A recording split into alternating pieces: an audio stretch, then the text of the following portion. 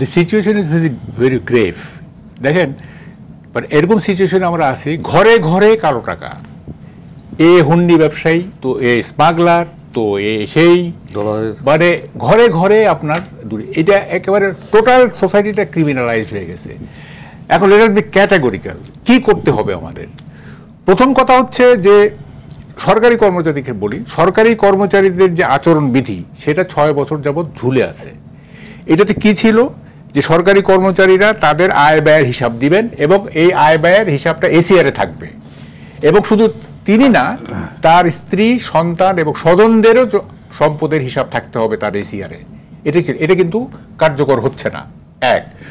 2 নম্বর হলো, আমি মনে করি এই দেশের কনস্টিটিউশনাল বডি যেগুলো আছে সেগুলো যদি প্রপারলি ফাংশন করতো তাহলে গভর্নমেন্টের ফাংশন করার দরকার হতো না। যেগুলো আছে, যেমন হিউম্যান রাইট কমিশন, দুর্নীতি দমন কমিশন, তো পাবলিক সার্ভিস কমিশন, তো তথ্য যতগুলো আছে, এর মধ্যে একটা হচ্ছে দুদক, মানে দুর্নীতি দমন কমিশন।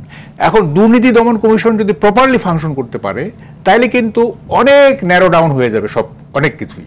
সেটা তো করছে না। আচ্ছা, আমি একটা প্রস্তাব করতেছি, সেটা হচ্ছে এই যে ওয়েব সিরিজ চলতেছে, এখন একটা সামারি ট্রায়ালের ব্যবস্থা করা উচিত। সামারি ট্রায়াল সেটা কেমন বলছি, 3 দিন অথবা 7 দিনে বিচার শেষ হবে, এবং বিচার পদ্ধতি আপনি বোধহয় জানেন, রাশিদ ভাই জানতে পারে, বিচার পদ্ধতি কিন্তু 2 রকমের আছে। একটা হচ্ছে কাস্টোডিয়াল, আর একটা কি যেন, যাই হোক, একটা হচ্ছে প্রসিকিউশন আপনার হ্যাজ টু প্রুভ গিল্ট, আর একটা হচ্ছে the accused has to prove his innocence. দুইটা কিন্তু 2 রকম। একটা হচ্ছে প্রসিকিউশন দোষী সাব্যস্ত করবে, আর একটা হচ্ছে অভিযুক্ত নিজেকে নির্দোষ প্রমাণ করবে। আমরা এইটাতে আসতে চাই। আমাদের দেশে কিন্তু এই প্রসিকিউশনে করে, ইউরোপের অনেক দেশে কিন্তু এইটা আছে, এই যে the accused has to prove his innocence, এটা কিন্তু ইউরোপের অনেক দেশে আছে। আমাদের এখানে এটা করতে হবে যে অ্যাকিউজকে প্রমাণ করতে হবে যে সে নির্দোষ, এবং তাইলে কিন্তু বিচারটা খুব দ্রুত হবে। সেখানে আবার মুখ দেখে বিচার করার একটা অভিযোগ আছে, সেই অভিযোগের তাই তো একটা এন্ডলেস ট্রেল হয়ে গেল। আপনি সবকিছুতেই সমস্যা তৈরি করেন, তাহলে it is an endless trail. এটা তো হইলো না। আপনাকে তো মানে কতগুলি একটা স্ট্রাকচারের মধ্যে আসতে হবে, তো তারপর সেটা প্রবলেম হলে সেটা পরে দেখা যাবে।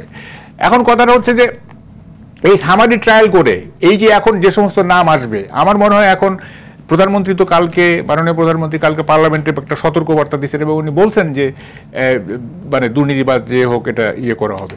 তো ফলে এখন মিডিয়ারও একটা দায়িত্ব আছে, ইনভেস্টিগেট করো, সমস্ত মানে ক্রিমিনালদেরকে চিহ্নিত করো, ইত্যাদি করো, এবং তাদেরকে সামারি ট্রায়ালে নিয়ে যাও। ওইটা ওইরকম করলে হবে না। ওই যে ক্যাসিনো কাণ্ডের মতো, যে ওই যে সম্রাটকে ধরে নিলাম তারপরে আবার কিছুদিন পরে ছেড়ে দিলাম, দ্যাট উইল নট ওয়ার্ক। আপনাকে তো ওয়ার্কেবল একটা সিস্টেম করতে হবে, তাই না? তো ওয়ার্কেবল সিস্টেমটা হচ্ছে আপনাকে you should be honest to judgement আপনাকে, এবং এই ক্রিমিনালদেরকে এই যে সমস্ত মতিউর মার্কা বা এই বেনজির মার্কা এত মানে কি বলে যে স্টল ওয়ার্ড তো আর এখন পাবেন না, আরো নিচে নিম্নমানের পাবেন। এগুলোকে আপনাকে ট্রায়ালে আনতে হবে, এবং খুব খুব দ্রুত 3 অথবা 7 দিন, ম্যাক্সিমাম 10 দিনের মধ্যে ট্রায়াল শেষ করতে হবে।